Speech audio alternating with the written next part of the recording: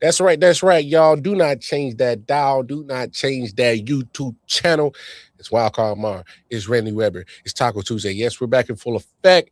Hey, we got a lot to talk about. A lot to talk about. So we are not going to delay the inevitable. Let's talk some sports, y'all.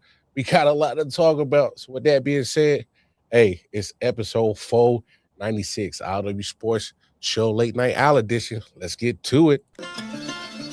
Yeah, Solid Hill TDS, what's up? Yeah, come on. I.O.W Sports Network, Late Night Edition. Let's go. Come on. We about to raise the bar. Wild card Mar. Everybody grab a seat, cause you know we about to spark. Late night sports talk. Modelo Le Cigar. Man, you don't wanna start.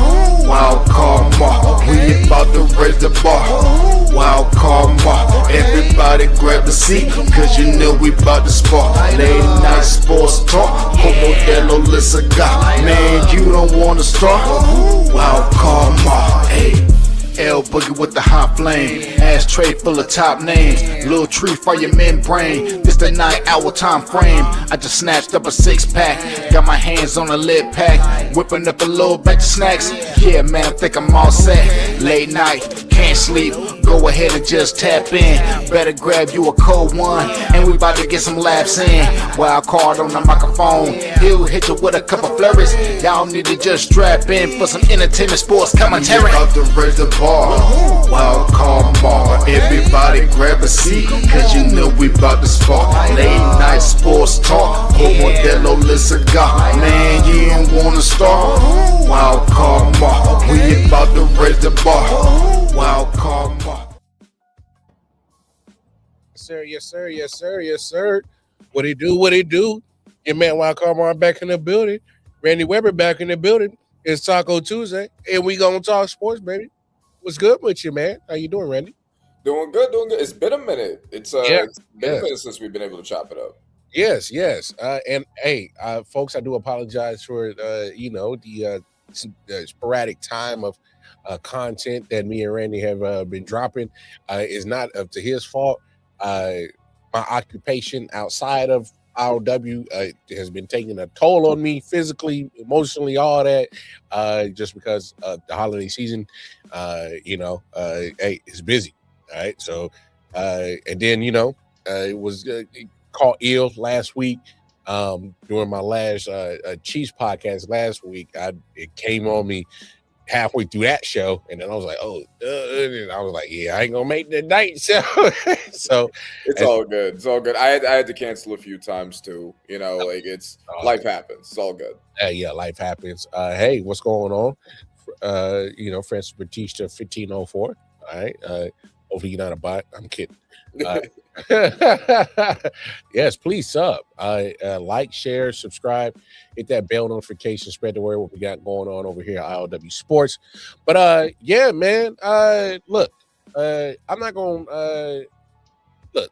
We got some catching up to do. I know Randy, you're not big into college football as I am. I just gotta say this. As much time as we've been off, that's how much time they've been having between this first and second round in this college football playoff. What the hell? For me, it's taking too long to get through this playoff. And I love bowl games. The Pop-Tart Bowl, for some reason, has become my favorite bowl. They got the mascots going in the toaster, and they got a big Pop-Tart for the team to eat on as they win the game. And it's coming to spectacle, and it's funny. It's dope to look at. But when I thought they were going to give us the college football playoff, I thought they were like, all right, let's get through it and get to this championship round. They not even to the damn semifinal. They are just now getting to the second round. All right. So Yeah. No, I know. Yeah, I felt like I would have heard more about it. Like I would have felt like we would have been in the championship game by now. No. I knew that it started, but okay. No, they're just now getting to the second round, and those games don't take place. Well, one of them takes place tomorrow, and then the others are on Thursday. So they're not even so they're not even to a semifinal. But regardless,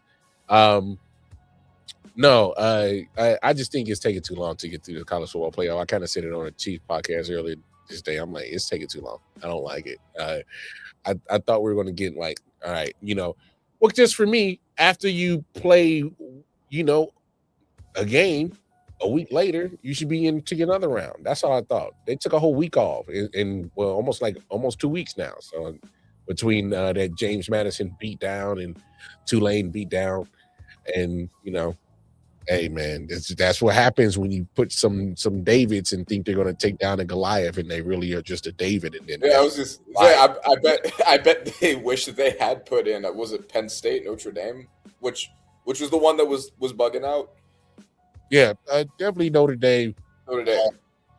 Yeah, they bugged out so much that they didn't even accept they didn't even go to an actual bowl game. They didn't even care to do that. So I bet they wish they had them in after all. And see, that's the crazy thing, because I would love for it to be a situation where we can get a Boise State take down to Oklahoma. I would love that. But realistic, especially in the NIL, atmosphere of college sports, man. If you got the most money, more than likely you're going to get the pretty much pick at the cream of the crop, if you want to, especially when it comes to college football and basketball. But I don't know, man. I just think that you open that door for the bug to smack the windshield when you got James Madison in Tulane. You open up that box, but I guess you're hoping you're going to get the Boise State taking out Oklahoma, rare blue moon, David take down Goliath moment, and it just didn't happen this year. It did not happen this year. I'm gonna lean kind of more on you on this subject because I've been kind of in and out, and I'm not gonna lie.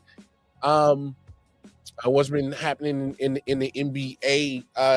Kind of some of the things that I've really been seeing. Obviously, no surprise, another Draymond scuffle with his own teammates or coaches. He walks out of the huddle with Steve Kerr. I'm not gonna put a lot of stock into it just because I'm like, well, that's the behavior you allow with Draymond Green, so I'm not surprised that happened. Right. But I get emotions happen, but he probably got to a point where Steve Kerr probably got sick of it. It was like, hey man, you can either get the hell out of here then. Bye. Right. Yeah. So I mean, we'll see what the Warriors look like going forward. That dynasty has been being picked at year after year. For that Clay goes, they bring in Jimmy Butler. Draymond's pretty old. Draymond and Steph are both pretty old. So I don't know. We'll see if this becomes anything. Yeah.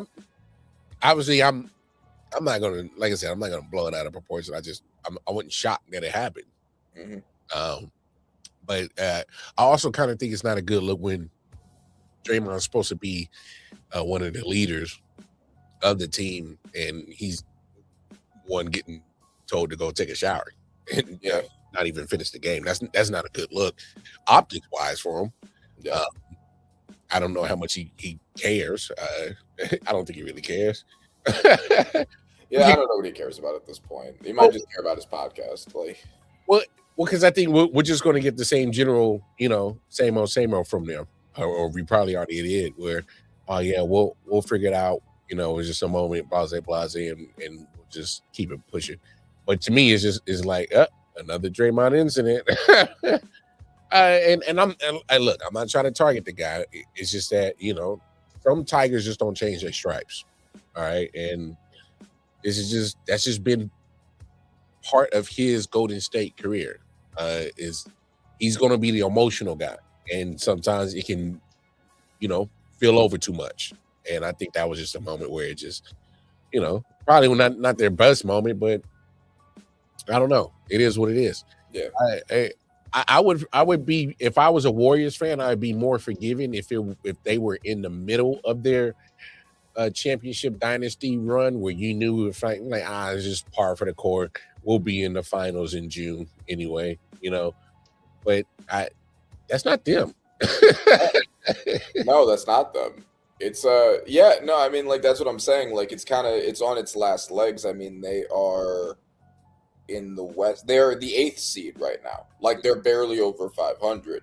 So yeah, this is a lot harder to forgive in that situation. I mean, I don't know. The Warriors the Warriors are one of those teams where because of the people that are on it, you kind of wonder like, well, like when is this over? Right? Like they keep making the playoffs, like Steph at his age still looks ridiculous. Like Draymond's doing his thing. He was a candidate for DPOY last year. Like they're still getting it done, but you always wonder when that's going to be over, and if there's problems with Steve Kerr and Draymond Green, maybe that might get pushed a little faster than we would have thought. Yeah, I mean, yeah, it's kind of hard to defend Draymond now that he's not doing as much winning for you anymore. Oh, not just him. I just think that their window's been closed on championship, if you ask me, for Golden State.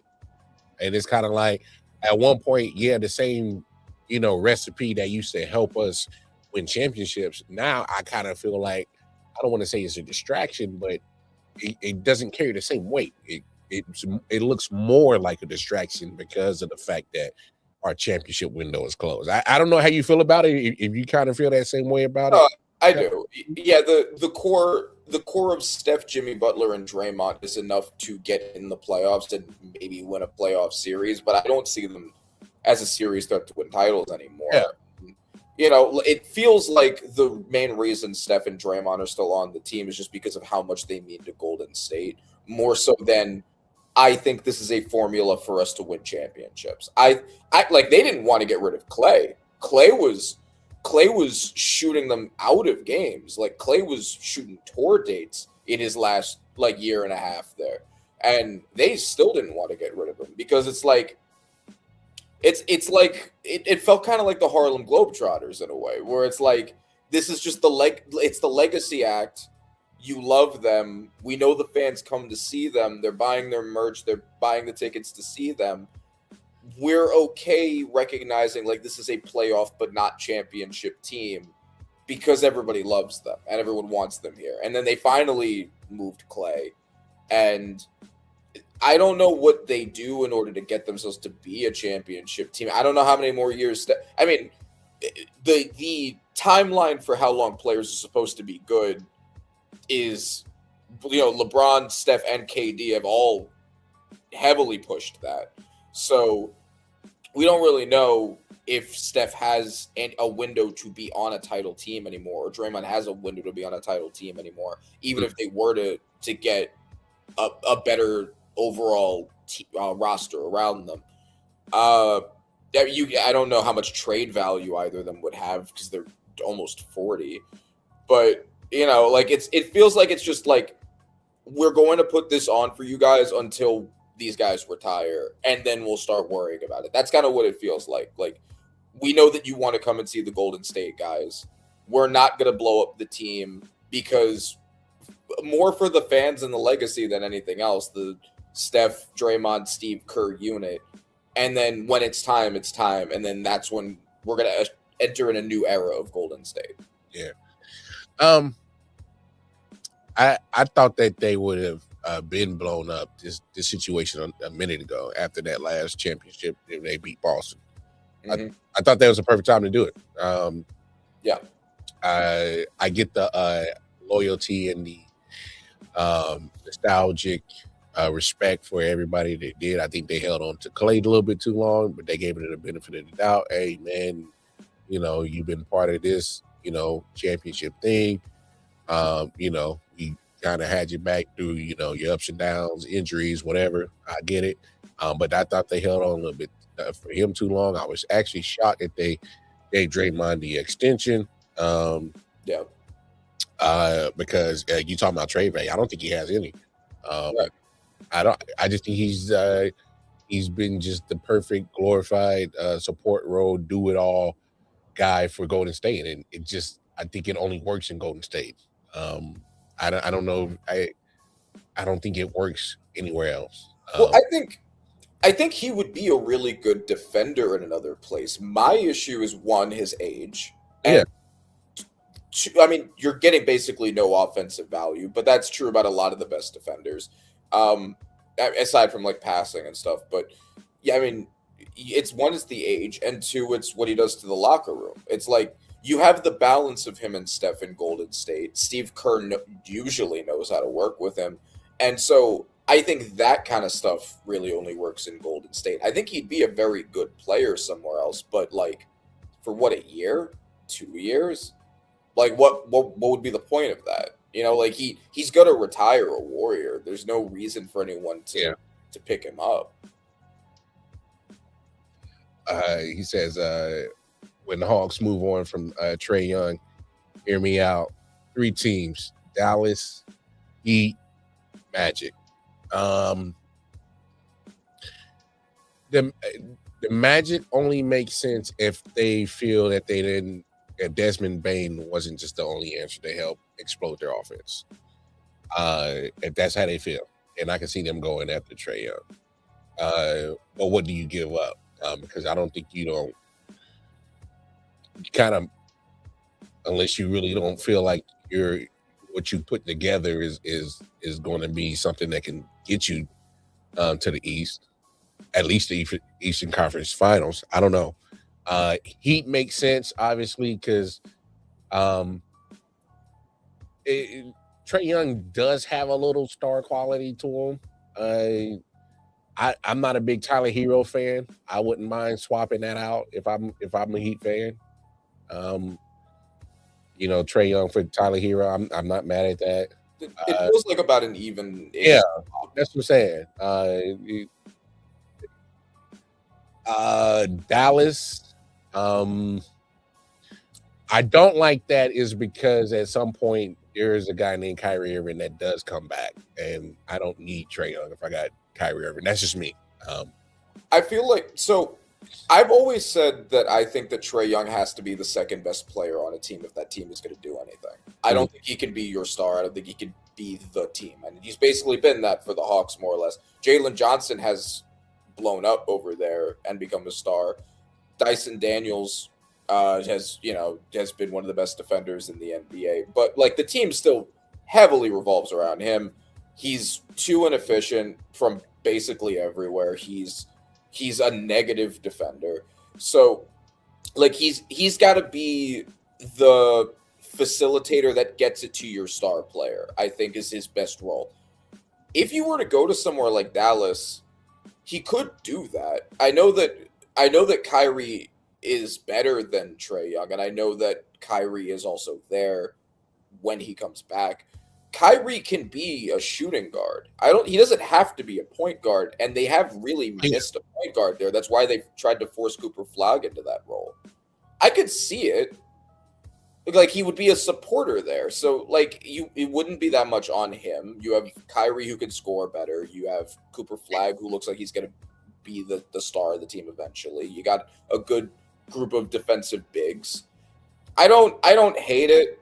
Here's my pushback. The needle. I think you make some valid points. Here's the only pushback I would say. I think he would have to be on a roster similar to OKC where there's multiple good defenders that's going to be able to pick up the lack or zero thereof of the defense. I mean, he could get some steals from you, but he has to be lucky with pickpocketing. So and time it right. But I'm just saying there's a lot of defensively you're gonna have to pick up with him on the floor. And yes, offensively, does that make up? Give or take, it depends on who's around him. If he got multiple good defenders around him, I'm not really going to trip in the fact that he's going to be a liability more times than not on defense. Because I got people that can cover it. They have AD when he's there, so they have him as a defender. Gafford is a pretty good defender. Yeah. They're not a bad defensive team. I get your point. Like they would need to cover a lot, and obviously Kyrie's not doing that. Yeah, I mean, they have AD, who's a great defender when he's on, and then they have some solid defensive pieces otherwise. Like, it's a pretty big group, which, I mean, that was the whole point of the Luka trade, was to get big and get defensive.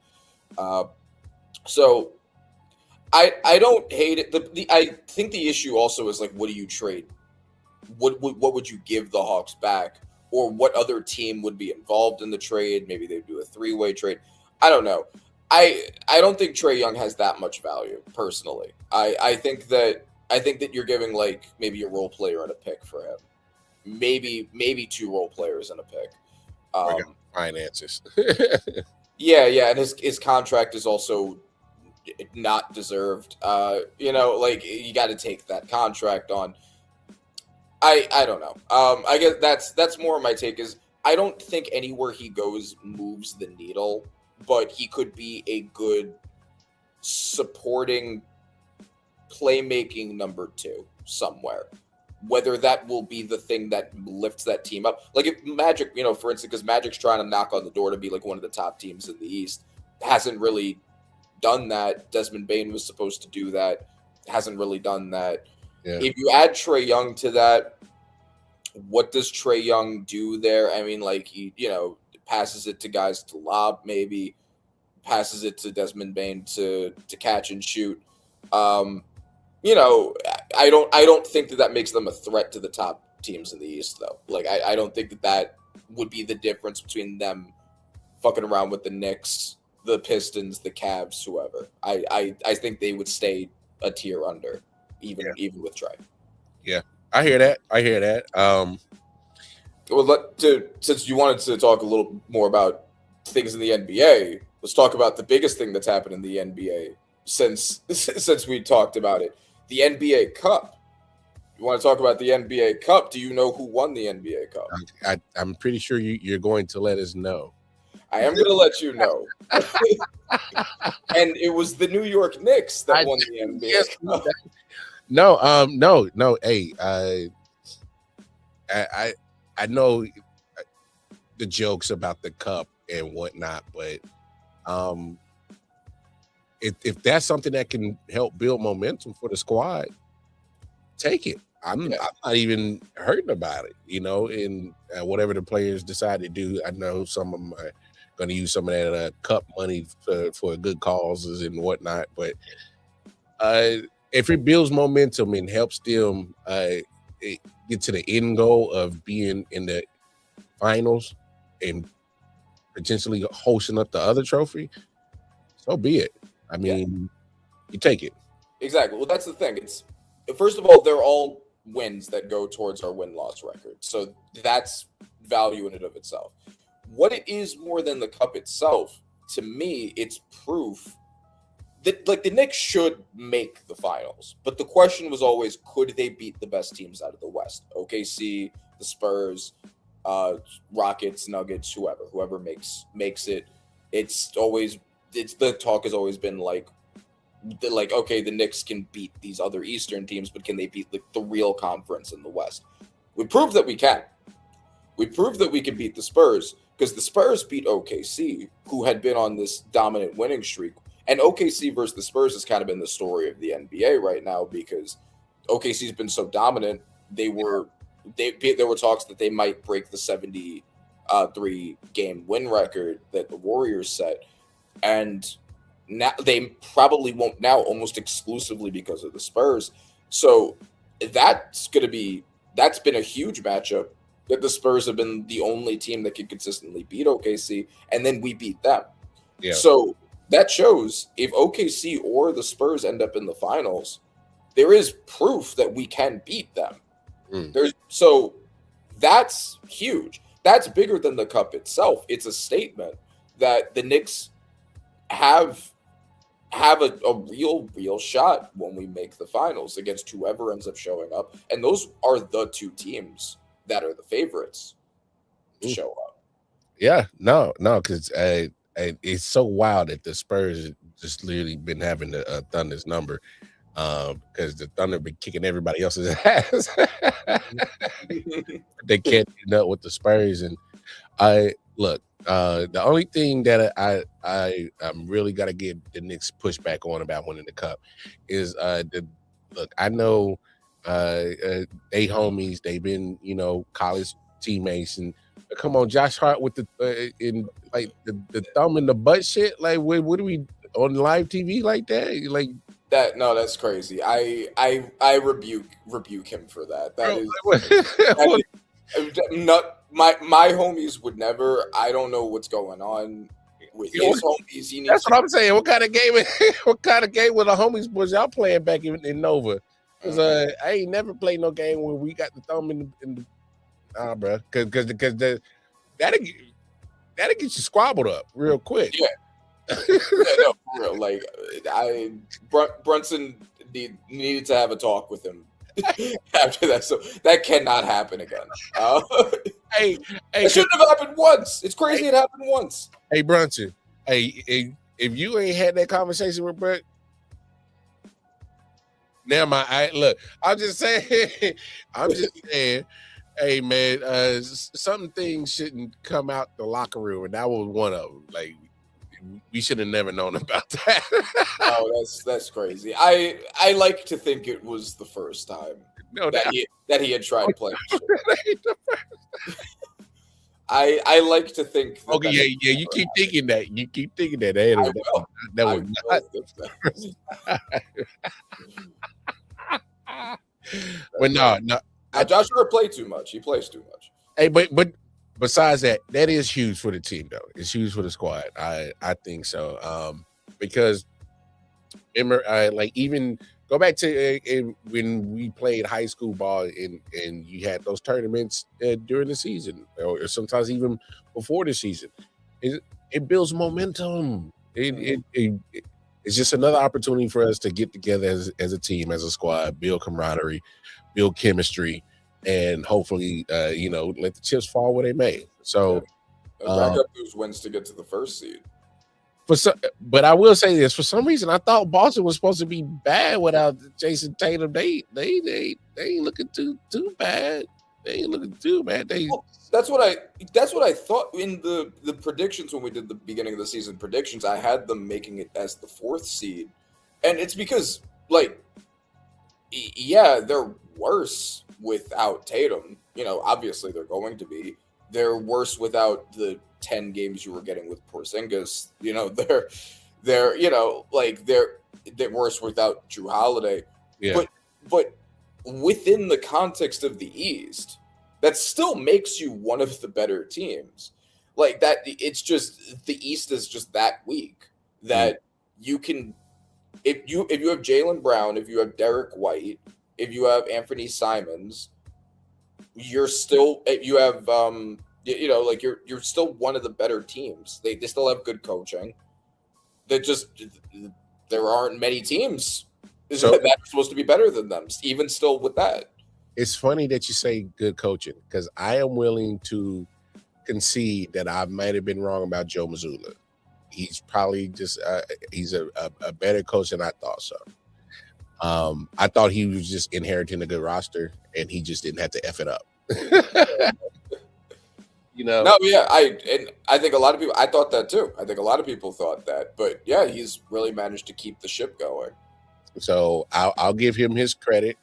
I was wrong. My bad. All right. I did not know your game.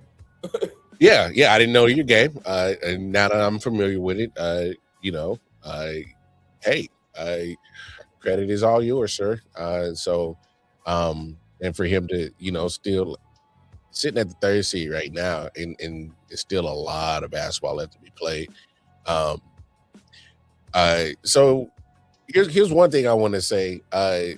Y'all better leave Jose Alvarado alone. Hey, he chin checked Williams, bro. Mm-hmm. Hey, bro, that was crazy. Bob. Hey, but I will say this: it was nice to actually see an actual squabble in the NBA. Nobody, just doing all that rah-rah. They actually was about that action. Yeah. No, for real. It's basketball's always better when that's when they let them fight it out. When they let athletes fight it out. Yeah, fair point, Anthony. Definitely. The Pacers are way off. Their chemistry is off. You could tell they miss Halliburton. Maybe that was some of the things or the deficiencies that he was just covering up of that team. Of just him, not only not necessarily just skill wise, but we also talk about the actual emotional side of it. Him, you know, I guess similar to that Draymond role where it works in that locker room where he's such an emotional leader, brings the juice, brings the energy. That's probably what they're missing with Holly. So Yeah, and it's I think also the difference between the Celtics and the Pacers is if you subtract Tatum from the Celtics, you still have a good roster, right? yeah, Like if you subtract Drew Holiday, you still have a good roster. If you subtract Porzingis, you still have a good roster. If you subtract Halliburton from that team, like okay, you have Siakam, and then you have a bunch of solid role players. yeah, It, but more defensively, I would say than offensively. So where you going to get your offense from? right, like there's a reason why everybody was like, what? Why are the Pacers in the finals? It's because the team is not full. It's not a super team. It's not full of a bunch of superstars. Even their best player isn't really a superstar. You know, he's as much as I don't like him, I will say a very good player. He is, but he was never going to enter MVP talks. There's a reason why he's never been first or second team All NBA. Like he was just not that kind of player, and No, he was their best player. Yeah, I don't think nobody ever saw Halliburton like that as one of the guys. Right, exactly. Even Jaylen Brown being a second option, I think people thought more of him than they thought of Halliburton. In the game of pick'em, I'm picking Jaylen Brown 10 times out of 10 before I go Halliburton. Right. So if you have such a loaded Celtics team that gets picked apart to a decent amount, but you still have a good team left. The Pacers is just Siakam, who's not really a number one at all, and then you have a bunch of role players. Yeah. And, you know, it's an okay team, but really they shouldn't have gone as far as they did last year. Like, the roster just was never good enough for that, and you've taken the best player away. There isn't much left anymore. What's your takes on the Detroit Pistons? Are they for real? They legit? Is this something that's sustainable? I don't know. The NBA in the early parts of it had a lot of weird wonky streaks that ended up evening out eventually. Like the Bulls looked like they might be something for a little bit, and then that didn't happen. The Trailblazers looked like they were going to be something, and that didn't happen. I don't think the Pistons are for real. I think they will. I mean, they're obviously going to make the playoffs just because of how easy it is. Cade is a very good player. I think his inefficiency is going to become a bigger deal when they're going against better teams. His inefficiency, I think, is going to be an issue. Jalen Duren has been great. I don't think the team is really, really good. I think they are taking advantage of a weak East also, and really on just the power of kind of those two guys. And we'll see what happens when the playoffs start. I don't see them taking damage in the playoffs. They might seed high in the regular season. They might be the 2 seed. But I think they might end up being a one and done again. Maybe they'll win a playoff series, but like I think their ceiling is kind of there. And like even that would feel like a pretty big deal. I think they need another shooter. Yeah, I think so too. The offense is so much on Caleb all the time. Not Caleb. Cade. Yeah. Cade. And when you bring up his efficiency part, my thing is if he's having an off night, especially because there's going to be a lot of teams defensively that's going to shade their coverage towards him, and they're going to throw everything at him because that's how you're pretty much running that offense. Who's your other option that you know can go get a bucket? Like that's why I think they need another shooter. Because you gotta take the pressure off Cade. Because he's actually starting to turn himself into a solid two-way player too, because he's going to give his effort on defense too. Yeah. So my thing is I want him to have his legs on there when by the time we comes to crunch time.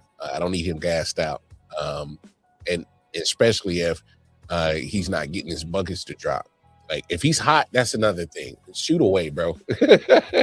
But you know, if their defense is really collapsing on you and you're not getting your buckets, I need somebody that can step up and give me at least 25. You know who I just thought of that I think would be a good move for them potentially to make? Cam Thomas. I know that the Nets have been interested in trading Cam Thomas as part of their rebuild. Right now, he's their best player. He is a bucket. He's a walking bucket. He's been a walking bucket. He doesn't do a lot else, but I think that he would be a good person to have as a number 2 so that you have more offensive versatility. You don't have to rely on Cade as much. He could focus on better shots. And Cam probably wouldn't cost that much in a trade. Yeah. You know, it just kind of came to my mind. I think I like that idea if I'm the Pistons. You know, you don't easy low cost addition that really fills a need.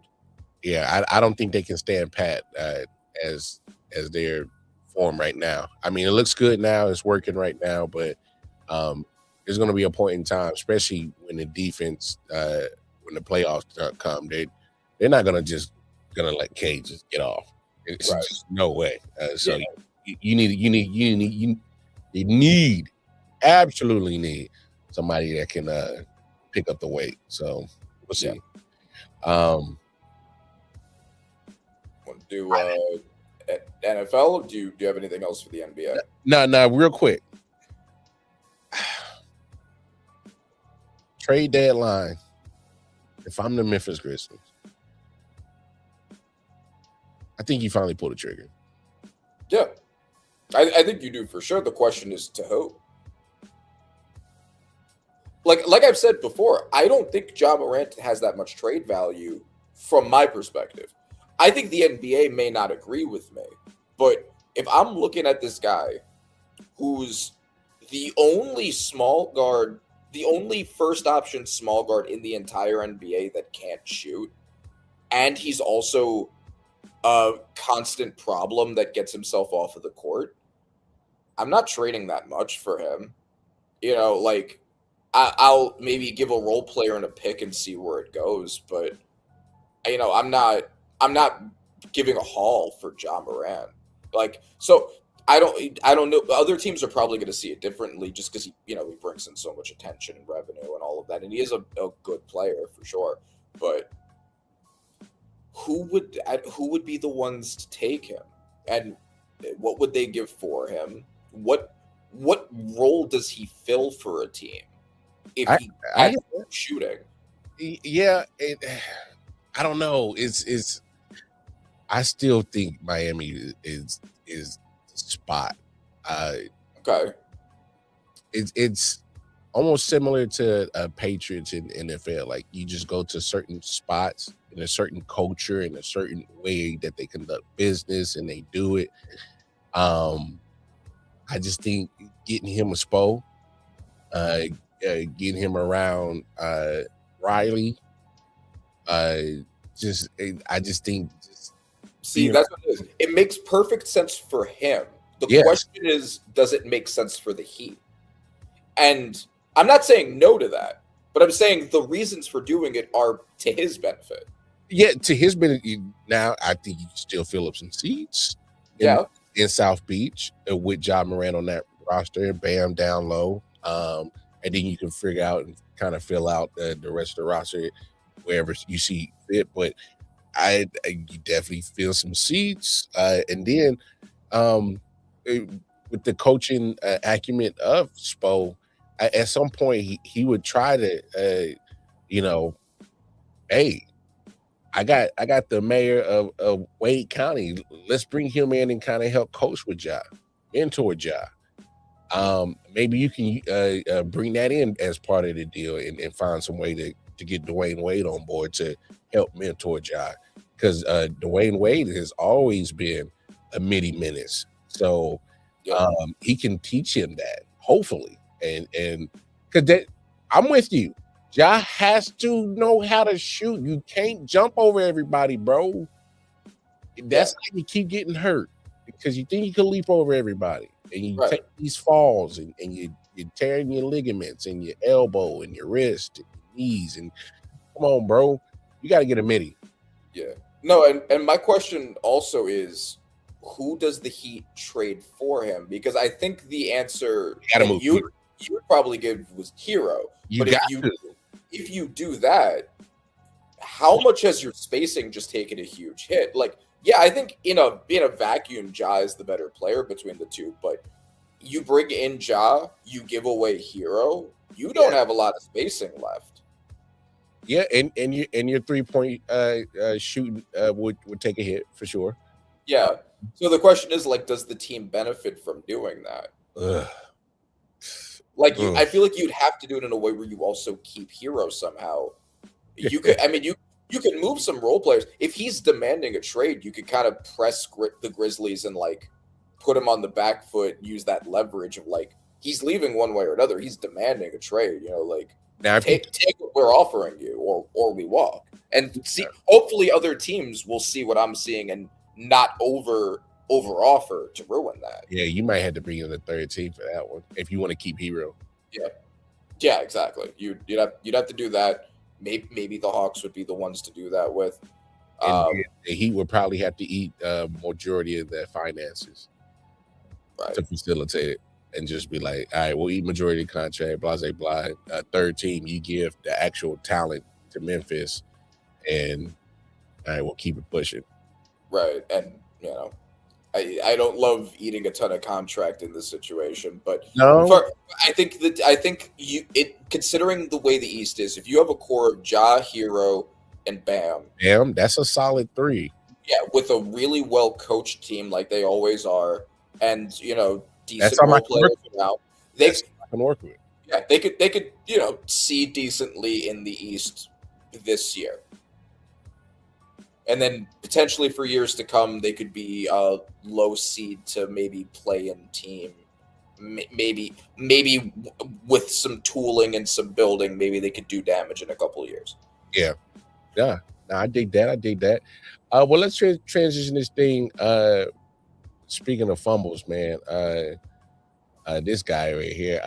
Obviously, I don't know the situation. This guy, Stefan Diggs, got himself into some situation. I love the title. I don't know how he's going to dig his way out of this one. It don't look good. Obviously, I'm not going to ask you to say any things that could possibly happen, but just give me your take on the situation, because the timing of it is bad. Obviously, going ahead into the playoffs about to start soon, and you're a 2 seed as of right now. Right. No, I mean, the story as of now, my information is that he was arguing with his cook, his private chef. Yeah. It had something to do with money. She says that he slapped her. Then when they got into a scuffle, he choked her, threw her on the bed, accused her of lying about whatever the money thing was. Obviously, he denies it because, like, of course he's going to. I mean, it's bad. The Patriots, he was not on like a particularly. What was his contract actually? I think that he was on a multi-year contract. So I remember we talked about it and we were like, that's crazy for someone as old as him off an injury like that. Stefan Diggs contract. Because I know they ended up. I think they ended up giving him an extension after they made the trade. Yeah, he's on a 3-year. He's on a 3-year with $6 million guaranteed. I don't know. Okay, $6 million guaranteed is not bad. No, it's 3 years, $69 million contract. 26 of it was guaranteed. Okay. 26. Wow. All right, 26 guaranteed. It's not awful, but like they might depending on how this goes, they might waive him. And from a football standpoint, if you enter into the playoffs with Keyshawn Boutte as your best receiver, It's tough. I don't like it. I don't like it. There's already questions over how real this team even is, considering the teams they've beaten. And then you got MVP candidate Drake May throwing a Keyshawn Boutte, and you're going against playoff defenses like the Broncos or the Texans. Like I don't like that. I don't know what they. I don't know. I don't know what they do. I don't think the Patriots are going to want to play him anyway because that's a terrible PR look. I think he's going to take some time. I think they've already said that he's going to have to. That's PR hell to just keep putting him out there on the field because he's been charged. Yeah. So, it sucks. They're definitely taking a receiver in the draft. I can tell you that now. I mean, there's a difference if there was just allegations and whatnot, but no, he's been charged. So, they had to have had a basis for charging him. Yeah, and obviously I don't want to get you any type of trouble, but that's a huge difference in this situation, being charged and allegations. Correct? Yes. An allegation is just someone saying something. Like that's not necessarily anything. For you to be charged with it, the police had to have had some basis, and it doesn't have to be like strong evidence. It just has to be like some basis for them to look at the situation and be like, we believe there's something there to give a prosecutor for them to find validity in this. People get charged and the charges get dropped. That does happen. But the police aren't going. You're not going to be charged if there's clearly nothing. If it's just someone's word with nothing, they usually want to look for visual injuries. Sometimes they'll do investigations beforehand for if there's some sort of camera footage there.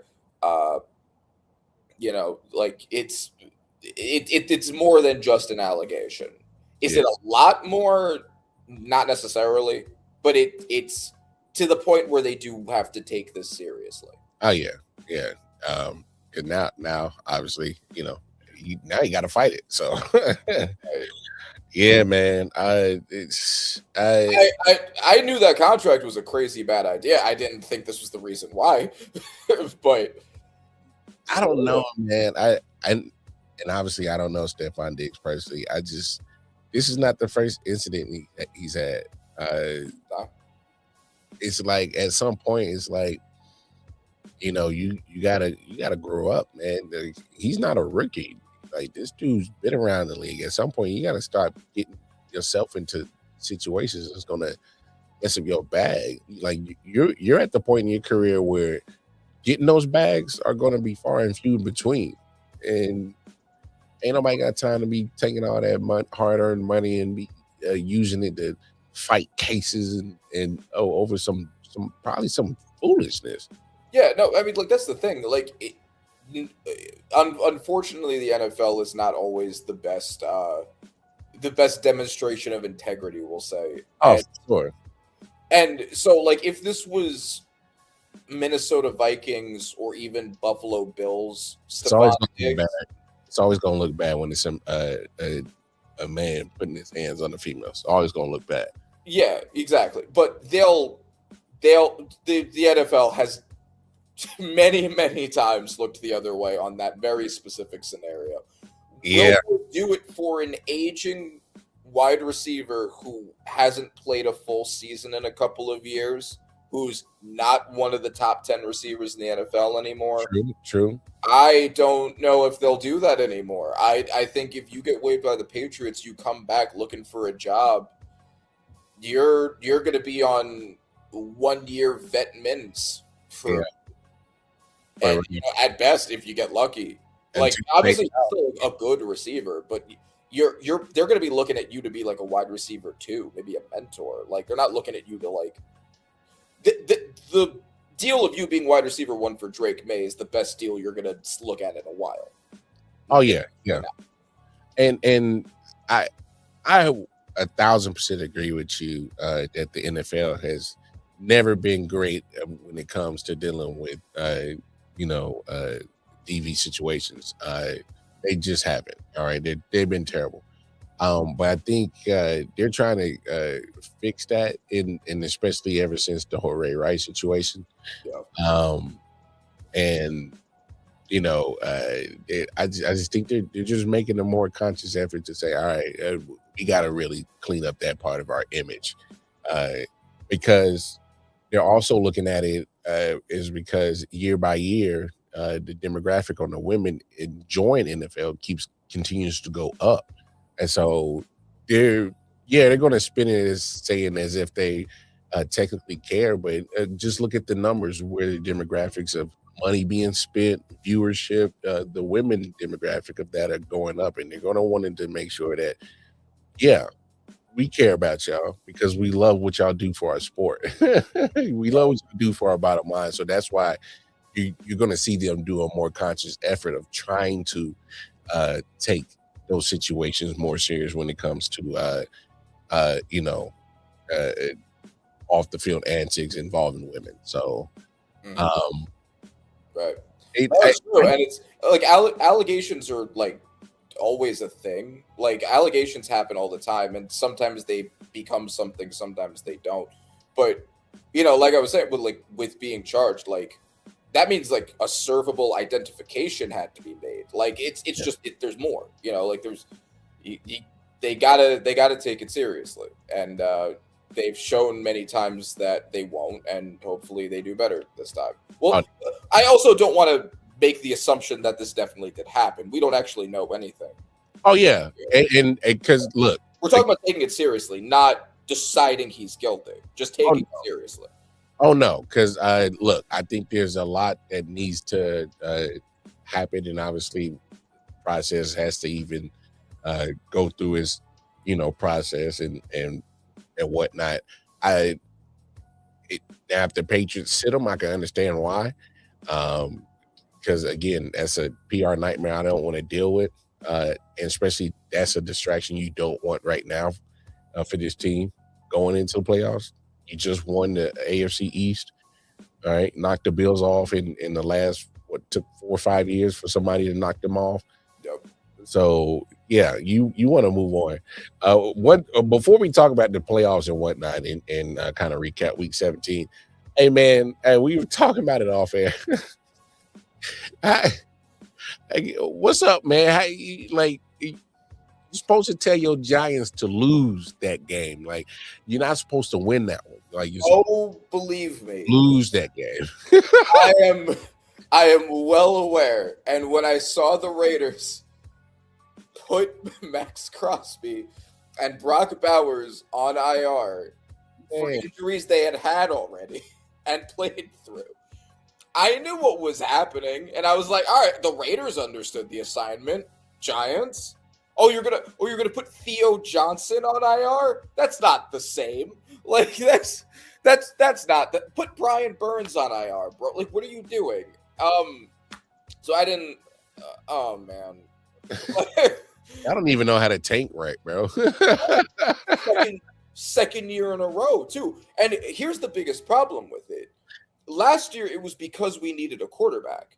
And we ended up getting our quarterback anyway. And things ended up working out. We got a great player in Abdul Carter and also a quarterback who looks like he's probably the best rookie quarterback of that draft. However, right tackle of the future right there. Bro. However, the fact that we've done this now, this draft, so the Raiders, if they end up cinching the first overall pick, because it isn't done yet. If we lose next week, which we will, and if the Raiders win against your Chiefs, if your Chiefs do your job and lose to them, then we get our first round overall pick back. But if we don't, the Raiders are obviously taking Fernando Mendoza. Like that, the draft basically starts at the second pick if they end up getting that. So now we have to trade down with a team that's looking to get Dante Moore. Right now, the Jets are the 3rd overall pick. Y'all should stay pat. This is what y'all should do. Y'all should go get the best left tackle right there. Move Andrew Thomas to your right, and then that's how you keep Jackson Dart from start scrambling his eggs, bro. No, I don't agree with that. Finding a star left tackle like Andrew Thomas is perfect on the left. I don't want to mess with that. I think ideally what I would do, I would trade down with the team, and I've been mocking this. I would trade down with the team that needs a quarterback, whether it's the Jets, maybe the Browns if they decide to move off Shador, the Rams, whoever, and then I would take Carnell Tate first to pair with Malik Neighbors, and then I would take an offensive tackle / guard because I think we should re-sign Jermaine Illuminor, but Jermaine Illuminor can play either tackle or guard, so. The interior of the O-line is where the weaknesses are. The tackle duo has been really good. Pay Jermaine whatever he wants, and then get the best tackle or guard available with the other first that we get from one of those 3 teams. And then put them at right guard, and then figure that whole situation out. That would be what I would do. I hear that. No, I just wanted to laugh at that because I'm like, man, what are y'all doing? Like, this is not the time that you go win games. Like, no, but the problem is, like, if we try to trade with the Jets, because the Jets were the obvious trade option, like, well, they might say, well, fuck it, Ty Simpson's going to be just going to fall into our lap. Maybe we keep all of our picks. Maybe they decide not to trade up one spot. So it's like, okay, now we have to call the Browns. And maybe they are like, look, we have the worst receiver core and O-line in the NFL. That's why Shador has struggled. Let's fix that. We're not going to trade up for Dante Moore. Okay, well, fuck that then. And then we try with the Rams. Now they have two firsts. It's like, hey, give us your 2 firsts. Now we have to go all the way to like 11 or 12. Yeah. That sucks. Maybe the Rams would do that. But like the situation's been made so much more complicated now because we did that. We didn't have to do that. Didn't have to do it. Haul, bro. We could have gotten a haul for that pick. and now I have to like fucking meekly go around to other teams and be like, "Excuse me, would you like to make a sale for 2 firsts?" When we could have had 2 firsts and 2 seconds. Yeah, man. Yeah, man. And still say it in the top 10 or maybe even 5. Yeah, I already talked to Andy Reid, man. I had to give him a call and say, yeah, man, hey, man, just look, I don't like the Raiders. The rivalry will ever mean something to me, so I definitely don't want you to lose. But if you were going to lose, make it look good. Don't over there make Geno Smith have a career day and shit. Don't be having – I don't mind Ashton Genty having, like have a cute little day, 150 yards. Like, make it look good. But don't – I'm okay because this is the first time in a while you and Patrick that you guys won't be picking at the back of the round. So, hey, it's all right. Get up in the front and get some of that good talent. Yeah, I'm with that. And the Raiders did also fuck themselves out of the first overall pick last year. So maybe they'll do it again too. I mean, dude, your backup quarterback looked pretty good against the Broncos. Hey, he didn't look great, but I would say that was just because the defense was playing some inspired football, and with their food, yeah, sleep on it. The refs are the refs. I mean, I've stated so many times that was a rough one. The refs, they've been bad across the whole league for a good chunk of the last 5-6 years. And it's just with a consequential game like that, like Puka's feet obviously were in. Well, okay, they did show that the ball did separate from his hand. I thought it was a great effort from Puka to try to make that catch. That was crazy. Now, there were some other calls. I'm like, really? But at the same time, everybody gets 60 minutes to affect the scoreboard, and Matthew Stafford missed a wide open wide receiver that he could have walked into the end zone. So Hey, the breaks are the breaks. The refs suck across football for a minute, and it's been just bad. I, it is what it is. What's good, Bobby G? Shout out to the bro, Bobby G. One thing I guess I get out of that game is I I have spent the whole season being like, I really like this core for the Falcons. I really think the Falcons might be something. All the rookies, both James Pierce, Jalen Walker, Xavier Watts, like they did their thing in that game. Xavier Watts with the 2 picks. That's maybe next year. I mean, we'll see if Michael Penix ends up being the answer, but like not a really good group if he is. And if he's not, then whoever steps in there has a good team to work with. I don't know, man. My man Michael Penix got knee problems, bro, and he's been having for a long minute of his life. So, and was throwing sub 60 completion percentage even when he wasn't. So I mean, I love the arm. I love the rockets you can throw, but like you gotta make sure they get where they're supposed to go. Yeah, I think it might be over. And I'm not trying to be negative. I'm just kind of looking at this realistically. Like, if you obviously have a certain theme when it comes to your body that continues to get hurt, not only on a professional level now, it's happened on the collegiate level. It happened to you in the high school level. I'm like, I'm starting to notice a thing, bro. So, and that's just not me being down on them. I just think that's, certain things that just ain't it. And it's a serious concern. It has to be. They don't have a first, so it's not like they can replace him. But if he gets hurt again next year, 2027's draft, they're going to be looking at another quarterback. And if they find a quarterback that they absolutely fall in love with, they need to get him this year too. Because I don't think that they're going to solve this by taking what they already have one of the better backups in Kirk. They would be drafting a backup caliber quarterback at their pick, wouldn't they? I'm just saying, Jay, in this instance, that I would actually get that quarterback as in one that could possibly compete for being the backup.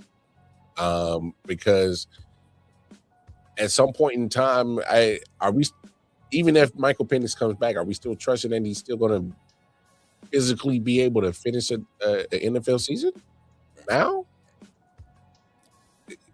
A guy that has chronic knee problems, I'm literally legit that, like, how we kind of feel how Tua is one hit away from getting his eggs scrambled. I'm at this point where Michael Penix is one knee injury away in a preseason game or week 2 for being in the same situation. No, I get that, but it's similar with the Dolphins. They have a back. We don't know if Quinn Ewers is going to be anything, but they have a backup. What they need is a quality starter who can win something and actually replace Penix. I don't think they're getting that in this year's draft. Mac Jones is going to be the quarterback, the vet quarterback that people are going to be fighting over, like Darnold was last year. Mac Jones done himself some wonders. He caught himself a bag, and I mean, like I think we both thought that Darnold was gonna fall off when he went somewhere else. Like we thought it was all a KOC job. And then that ended up ending up entirely wrong. I think for the most part, he still shows some Sam Darnold moments. He does for sure. But clearly, if you look at the Vikings quarterback situation and you look at him, clearly it was him. Yeah. Now, I mean, Kyle Shanahan's done it with so many quarterbacks that I think this is an example of the coach, not the quarterback. But you never know, because I'm more skeptical now because of the Darnold thing. The Seahawks are also the team that seems to fix quarterbacks well too. So maybe Darnold just ended up going from one good situation to another. I don't know. We'll see. But Mac Jones is going to be like the bell at the ball. We'll see which quarterback needy team ends up getting him that can't get a starting caliber quarterback in the draft. Oh yeah. Oh, he definitely. I think he's going to cash in. There's a possibility somebody's going to be able to probably lure Malik Willis out of Green Bay. Yep. That's been one of the hot topics about him getting being able to cash in. I don't know if Davis Mills cashed in, but I still got to give him his credit. That man went 3-0 with that offense, and it looked a lot different from what they've been going on with that offensive line, and he looked better than CJ had. Hey, it looked a little different. No, for real. Like, messenger, baby, don't shoot the messenger. Uh-huh. I'm just reporting what my eyes saw. That's all I'm saying. CJ has looked better in games since then, but obviously the sample size hurts CJ because he's playing more games. But yeah, even after that, he's still kind of spotty, and like I think it is the offensive line still, but how much has that affected him habitually at this point? Like, if you fix the entire offensive line, is he just going to snap back into rookie CJ Stroud immediately? It might take time to get him out of that. I got to get the ball out in 0.02 seconds habits. Malik Willis to the coach next year. I don't hate it. Don't hate that. Because it would probably give Shane Steichen something similar to what he had with Jalen in Philly.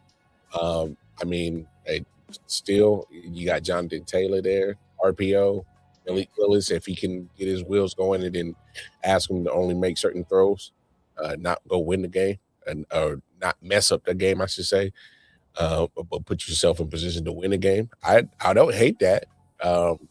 Also, speaking of the Colts and their quarterback situation, since it's been a while since I've been on the show, I am fully taking my I Told You So award. I am snatching Daniel Jones.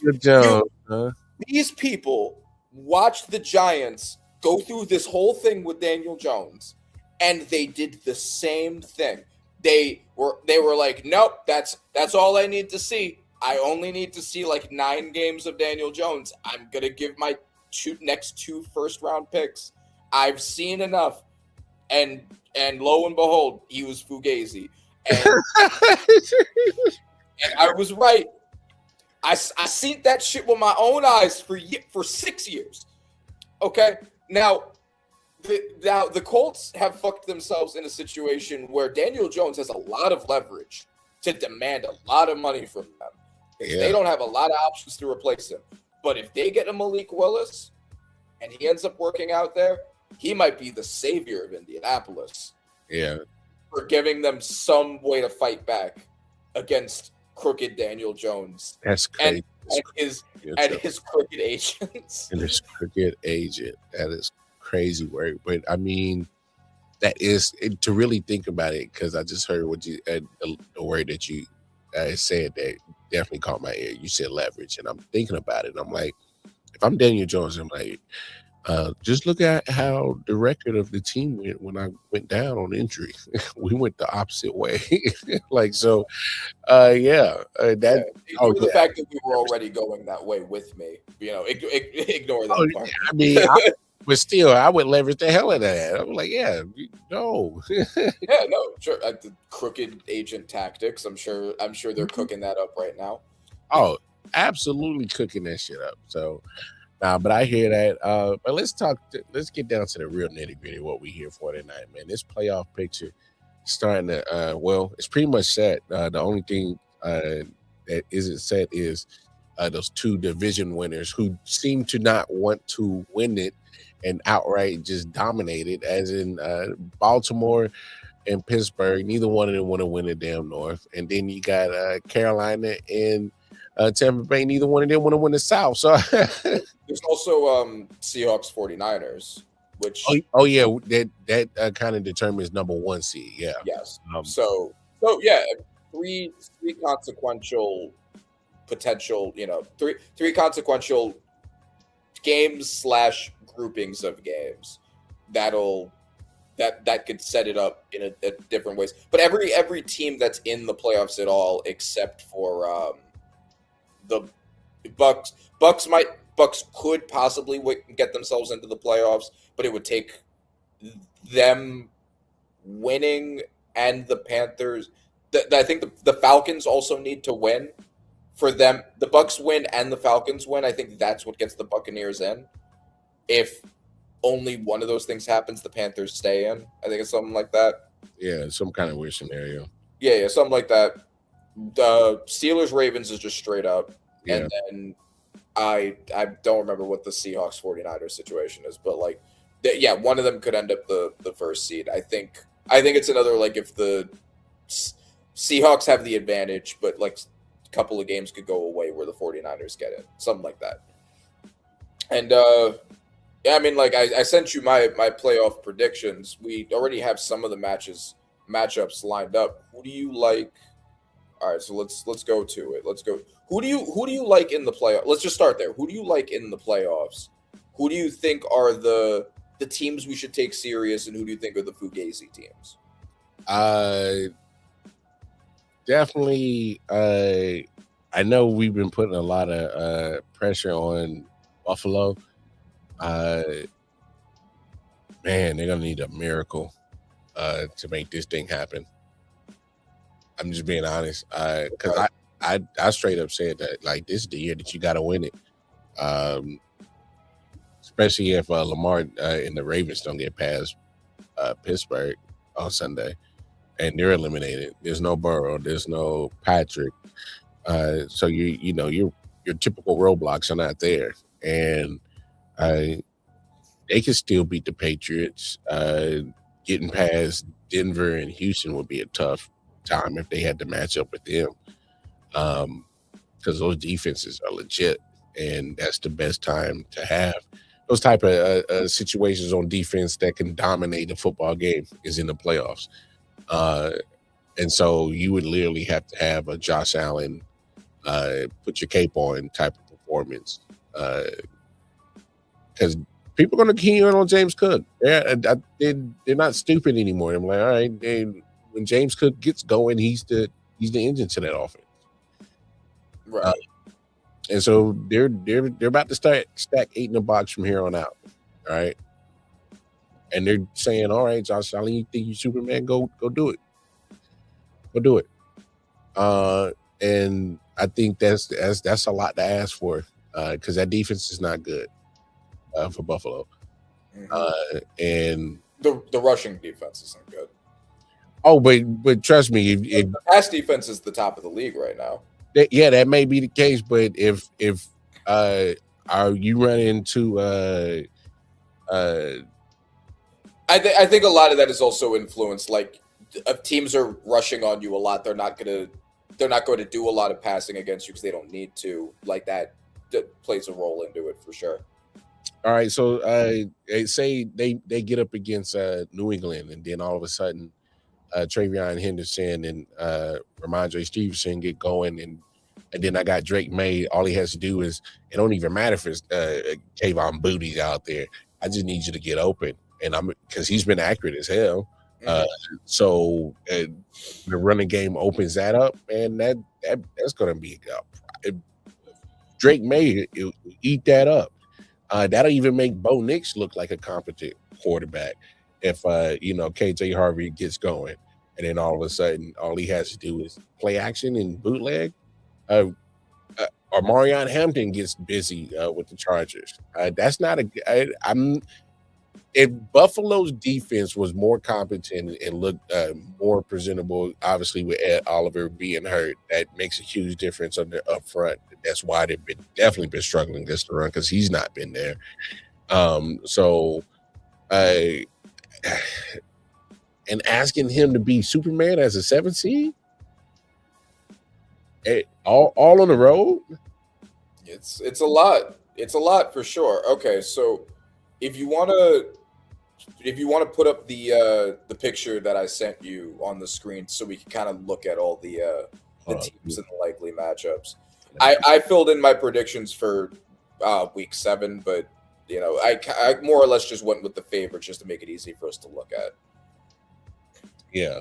But actually, just kind of looking at the AFC, me and the homies were joking about it on the Chief podcast earlier today. Hey man, they gonna miss the Chiefs, but I really think y'all gonna miss the Chiefs. Y'all talking about us and working on our downfall, but y'all gonna miss us because this AFC is looking kind of boring. No, and that's the thing. People don't really know what they want a lot of the time when it comes to sports, because when there's a dynasty that's on top and winning all the time, people hate them. But when there isn't one, people seem to hate that too. Like in the NBA for like years, the talk was like, well, it's always different winners. There's not like a main character of the NBA, and people didn't like that. Now OKC's kind of become the main character, and people don't like that either. So people don't know what they want. People are just mad at whatever the current thing is. That's kind of always what it is. Hey, they can hate it. They can hate it all they want. Because at the end of the day,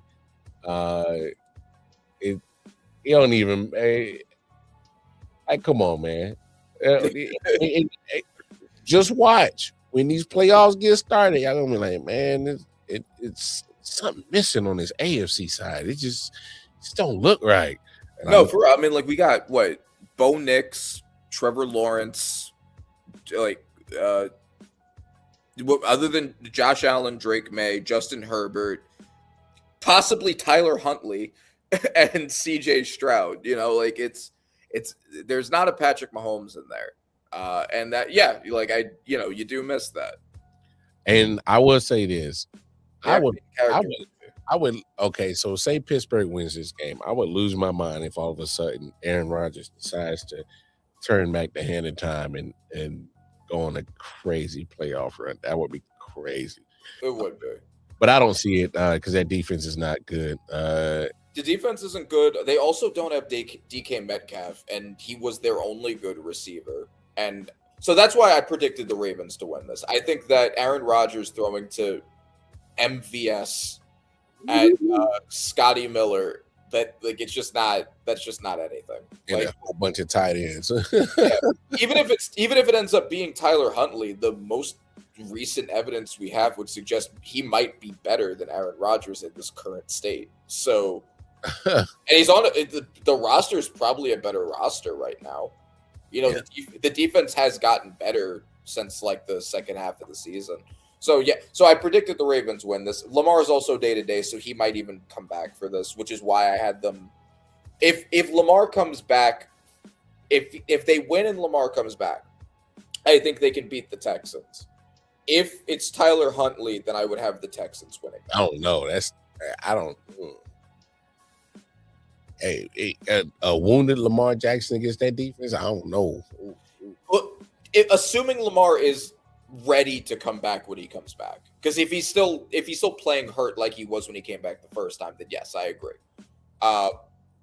The assumption there is you're getting Lamar back and he is actually ready to be there. But if that doesn't happen, then yes, I would take the Texans. Yeah. I don't know. For me personally, man, I actually kind of think that Texas might be the representative out of the AFC. Okay. And only reason why I say that is because when you got that defense that is so dominating, like they actually go out and score. Yeah. They take the ball away and they actually score. I haven't seen that defense pick sixes, fumble recoveries, and they turn it into actual points from them. And like I said, I don't know if it's Davis Mills or CJ Stroud might make this offense look a little bit different, but I'm just saying, like, your man held it down and gave CJ Stroud that opportunity to sit out and get healthy, and mend some of those injuries he was having. So I like the Texans at the AFC as efforts looking right now. I trust that defense, man, to just just say, hey, offense, man, just if you give us 2 touchdowns, that's perfect. If you give us 1, we can work with it. You know what I'm saying? Like, that's all y'all need to give us. My concern is now that you're in the playoffs, from the offensive standpoint, Yeah, you need something. I hear you. and their offense it's been basically black or white. If you look at games against defenses that have a substantial pass rush and defenses that don't. If they're a defense that doesn't have much of a pass rush, then CJ Stroud lights them up. Like it's old CJ Stroud again. If they have even an above average pass rush, then he shrivels up. Struggles. Yeah, I hear you. I think the Ravens aren't like a fantastic pass rush team, but they've become a solid enough defense. I don't know how much I trust the offense to work through them now. It's tricky, I guess. I hear you. It depends so much on what defense they end up going against. Oh, no doubt. Because trust me, your concerns are definitely the same concerns I share when it comes to making that pick of saying to Texas. I'm just still where everything kind of I guess supposedly changes in the NFL. They give me that old school like, yeah, we're gonna muck it up because our defense is just that nasty. Old school defense wins championship type of team. It just kind of give me that feel as right now, because not the Broncos, because the Broncos are kind of the same team in a sense. I can't lie, man. When Sunshine went into their building, man, and he cooked them. He went in there in their house and he put his feet up on their table, ate their chips, and smacked that girl on the backside and said, "Hey, go make me a sandwich." And Trevor Lawrence made himself real comfortable in their home. That's true. And now that we brought up Trevor Lawrence, I think we also have to recognize we might have both been wrong about Trevor Lawrence. Nah, I ain't coming off that hill. Okay. I will give credit when credit is due. You had a good season.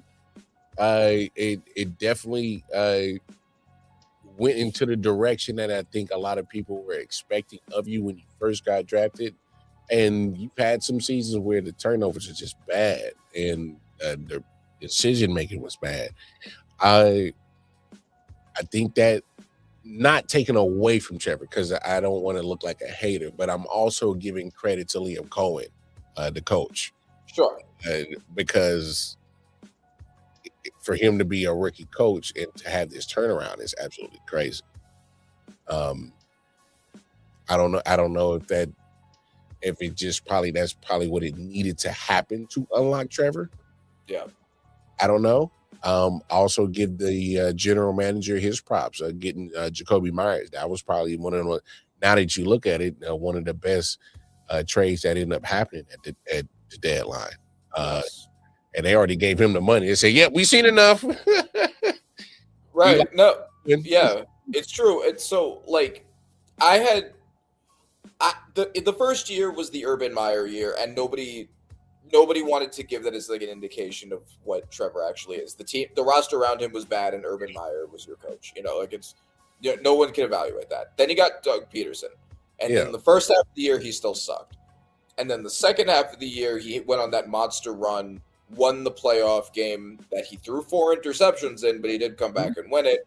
Yeah, looked good against the Chiefs, and then people were like, "All right, this is the guy." Because people do get draft brain. People get very attached to someone's draft position as how much of a chance we're going to give that player. And because he was heralded as the next Peyton Manning, everyone was willing to give him a lot of chances, even when he did not deserve them. And then the next year he was awful. And then the year after that he was awful. And he also got injured a lot, but he was pretty awful within both of those years.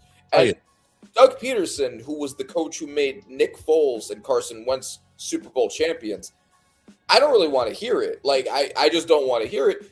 Brian Thomas Jr. looked like a star last year, and Trevor Lawrence still sucked. now Brian Thomas Jr. is bad, and ironically Trevor Lawrence is better. I don't know what that is. I don't know if that's anything, but I don't know what happened to BTJ this year. I don't know. yeah, the talent was always there. It was just a matter of him actually showing that he could turn the talent into something, and it looks like that may have finally re-clicked. And yeah, Liam Cohen deserves a ton of credit for that. He's definitely going to be one of the finalists for Coach of the Year. He's in a pretty tough race with Shanahan, Ben Johnson, and Mike Vrabel for that. At least those three. But yeah, he's done a fantastic job with this team. And they also have a really good defense. So now you have a really good defense and a really good offense.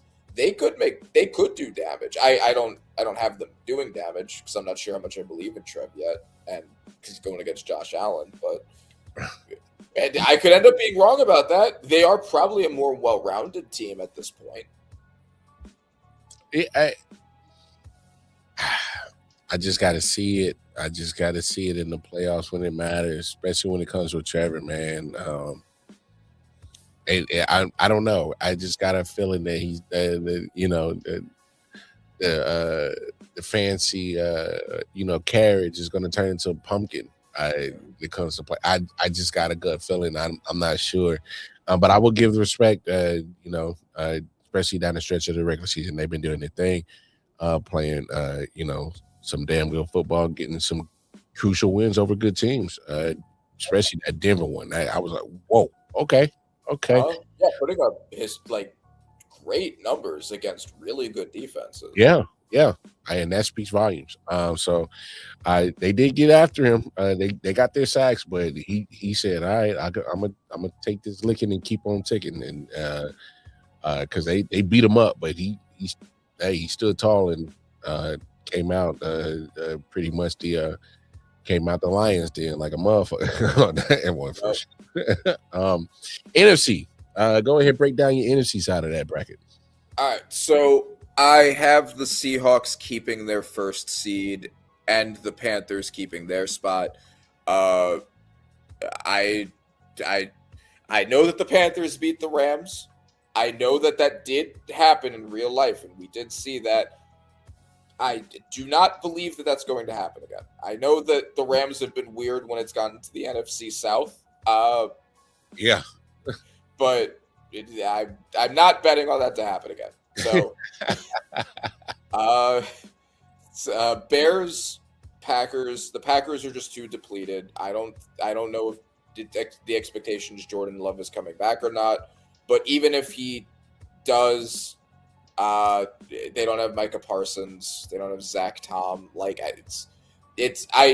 The Bears are just a better team right now, and they're also hot. So I know that they lost, but sometimes a team being hot or not isn't a direct correlation with their record. Sometimes a team just has that energy, and I think because the Bears haven't been the NFC North champions in so long, even in that really close loss against the 49ers, I still think they looked hot. It was one of the losses where you don't feel bad about it. Mm-hmm. The Eagles, who's that on the bottom? The 49ers. This one really could go either way, but I just can't. And I know that they keep proving me wrong, but it's really hard for me to look at the 49ers with all of their injuries and pick them to win games. And is that fair? I mean, despite the fact they've been doing it, maybe not, but the Eagles have had one of the best defenses in the NFL. The 49ers defense has not been good, largely because of those injuries. Yeah. I know Brock Purdy has also been hot. He's been on a fucking heater. 2 back-to-back 5-touchdown games is crazy. And CMC has been a monster, arguably. Some people talk about him in the MVP conversation. I think you can say that. But I don't think it's going to be enough against this Eagles defense. And I think even though the Eagles offense has been bad, Oh, I think the 49ers defense is not going to put up enough of a challenge. This might make them look better than maybe they are. So Eagles defense being bad has been an understatement. That has been bad to watch at times. yes, it has been for sure. But I mean, who on the 49ers defense is gonna stop them? Oh, Alfred agreed. Collins, No, like agreed. But I'm just saying, just as you look at the names that they got on that offensive side, you like this shouldn't be happening. Why this looks so bad? yeah, no, yeah, it absolutely shouldn't. This And is that's why unexplainable things all season. I don't know Yeah. how to explain this one. and that is why I maintain my pick from the beginning of the season, my hottest take of my playoff picks, because I have it again, and it's going to happen in real life. Bears Eagles. When everyone called me crazy, when I was like, I think the Bears are going to be so good that they end up beating the Eagles. The Bears have beaten the Eagles this year. Mm. Everyone called me crazy. Y'all laughed at me. And now we're going to see it again. There's a good chance we're going to see it again. And I think that the Bears are going to win this one. The Eagles offense is just that bad. And the Bears offense is really good. And Caleb has looked great. The running backs he has, both of them have looked great. That offensive line is great. I think they're going to take that one. And then what I have the other one, Rams Seahawks. So they split the series, and this is entirely just both top to bottom rosters are great rosters, but I trust Matt Stafford more than Sam Darnold. So That's fair. Yeah, there you go. Who's gonna blame me for that? Seahawks fans and probably nobody else. And then I have the Rams beating the Bears because the Rams are just the better top to bottom team. They don't have a lot of weaknesses. They just have the weird fluky losses, but everyone has weird fluky losses. Yeah, those fluky losses. I actually think the Rams come out the NFC. I actually think if I was to go to Super Bowl prediction right now, I would probably go with the Rams. Love what they do on defense. Are they the best against the pass? No. They're solid against the pass, and they're probably more suited to play better defensively against the run. They get after it. They're definitely physical on the defensive side. Yeah, they don't have the best secondary, but when they have as good a pass rush as they have, then it's not as important. Yeah, and on offensively, I love the running back, like Corum as their backup, and then Kyron Williams as it started. Love that combo. Puka and Nakua. Love that wide receiver combo that he's been having with Devontae Adams. Obviously, smart move letting him rest and get healthy. Because I think he's going to be crucial for them down the stretch if he's able to get back on the field. I just love what they do. Them in Seattle, I think, of course, the two games that they got, they had two good games, but it's because they're similar. They are similar teams, kind of built the same way, where they both got two good running backs, and they got some studs at wide receivers, and they get after it. But like you said, I trust Matthew Stafford way before I would Sam Darnold. He hasn't earned it. He hasn't earned it yet. He hasn't proved it yet. Right. And that's even when he had a good season with KOC and Justin Jefferson last year. Right. And if you look at the two games between them, the game that the Seahawks won was down to the wire, down to the very last play of overtime. In the other one, the Rams one, Darnold threw 4 picks. Yeah. So like if you're looking at their past matchups, I think that does suggest that the Rams are the better team, because even in their loss was so much closer than the Seahawks loss. You know what I'm saying? Like I think that does suggest a certain level of stability that the Rams have that I don't trust that the Seahawks have yet. Yeah, I'm with you on that one. But other than that, man, I'm with you. San Francisco, like, you can't keep like hanging on by a thread with these injuries on the defense, because you're gonna run up against a good offensive team, and they're gonna put some points on you.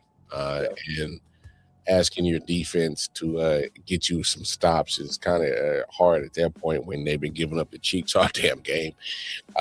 Green Bay, I 100% agree. The moment that Michael Parsons went down when he's knee injury, I said, well, there goes your Super Bowl aspirations down the shitter.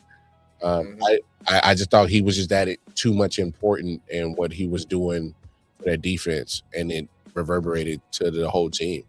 And now that you add Jordan Love, who's having injury problems, like, oh damn, star defender, QB1. Okay, all right. So the chinks in the armor starting to show, and it's unfortunate. It was looking real promising for the Packers this year. It really was. The moment that knee went out, there goes your Super Bowl aspirations too. Sorry, it's just the breaks. Panthers Q story. If you hang on, even if it was the Buccaneers, I don't feel good about the Buccaneers this year. Yeah, they had a wild collapse once Baker got hurt. Like, the team, it just looks so different now. And I think he's still been playing hurt, and he's just. Yeah, you could tell. Like, it's the same thing with like Lamar when he came back. Like, his throwing mechanics are just clearly different. They're just clearly not functional NFL mechanics right now. Like, I think that when he is healthy and I think he'll be fine. I don't think it's him, but like, just like with Lamar, like, he just can't throw the football like he had been doing at the beginning half of the season. Nah, no doubt. Bears, I want to believe. I want to, because I don't mind people proving me wrong. Caleb's been having a solid season. He really has. But there's moments where I'm like, he's gonna do. Can he make that clutch moment? Because that game against the 49ers the other night, I'm like, man, he's fought and got us in that position in this moment, but he couldn't close the door. I don't know. He did his best to extend the play. Maybe if he just saw the whole field, he had DJ Moore just literally camping out all the way down at the very bottom. I mean, I get it's a crazy throw. He was trying to make it best what he could. I won't put that whole play on him. You got to find a way to take advantage of a beat up defense in that red zone moment right there. Sure. But it is what it is. Hopefully that's something that him and Ben Johnson can get fixed coming into the playoffs. But still, we talk about Sam Darnold need to prove it. My man Caleb has to prove it. He does, for sure. He does have to prove it. That's just the breaks. I mean, this, because I think will be his first playoff appearance. So, are you going to fold on the playoff jitters because your first time being here, or you're going to shine? This is a pressure moment. You're either going to burst like a pipe, or you're going to shine like a diamond. The defense is solid enough that they create a lot of turnovers, so that can help. If they can do that and give Caleb some extra possessions to get his mojo going, that can help too. But lean on that running game that's been great for them, because they got two solid running backs that's been playing solid this year. Yeah, for sure. Yeah. It really shows the value you can get in like the lower parts of the draft on running backs, like Manungai. Yeah. Where did he come from? And he's really good for them. Oh, he's been crucial for them this year and helped spell DeAndre Swift. You don't have to beat his body up, because he's been having some injury problems since he's been in the league. And Johnson does love his running backs by committee. Yeah, the Swift Manungai 1-2 punch looked really good. It has absolutely has. So, as much as Philly, I would be shocked if they somehow just like, we've been messing with y'all all season. We've hit the switch offensive. Let's go score and give this elite defense a Super Bowl caliber offense. At that point in time, it'd be crazy. But I don't see it because there's no way you can just say all of a sudden you hit the switch and we were messing with y'all. No, I mean, we saw it 2 years ago, like when the Eagles were going through a similar funk.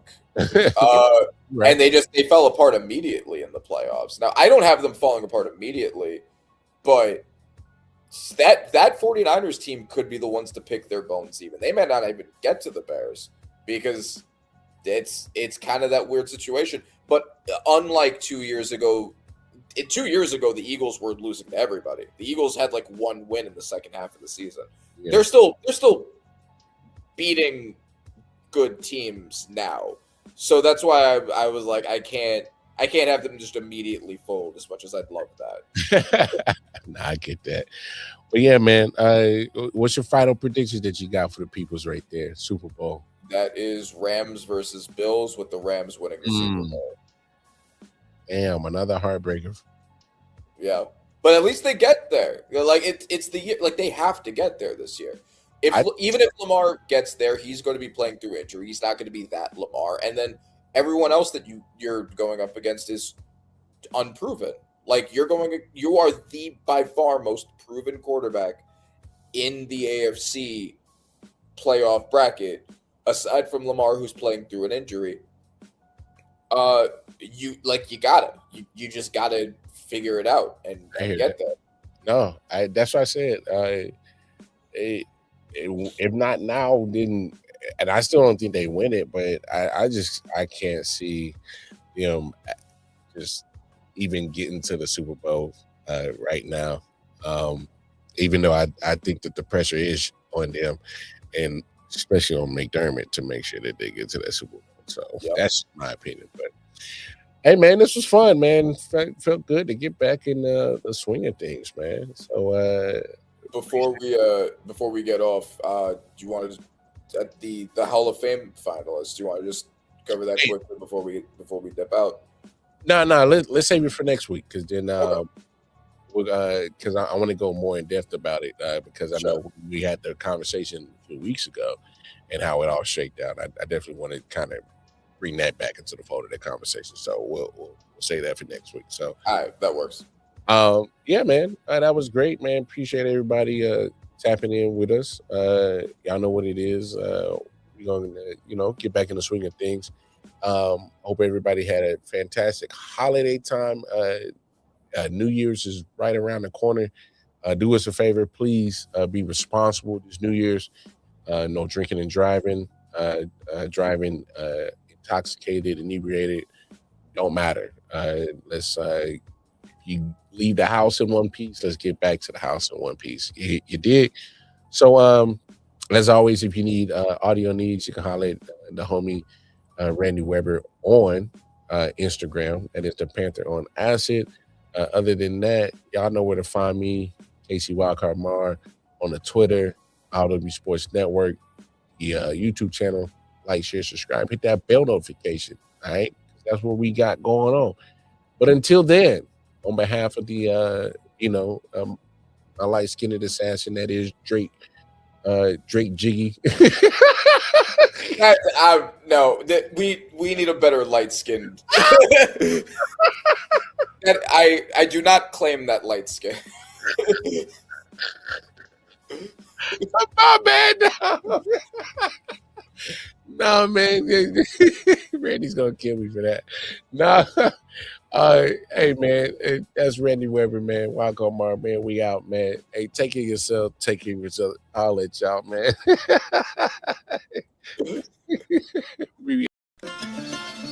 Yeah. Solid Hill TD, yes, what's up? Yeah, come on. I.O.W Sports Network, late night edition. Let's go. Come on. We about to raise the bar. Wild card Mar. Everybody grab a seat, cause you know we about to spark. Late night sports talk. Modelo Lizaga. Man, you don't wanna start. Wild card Mar. We about to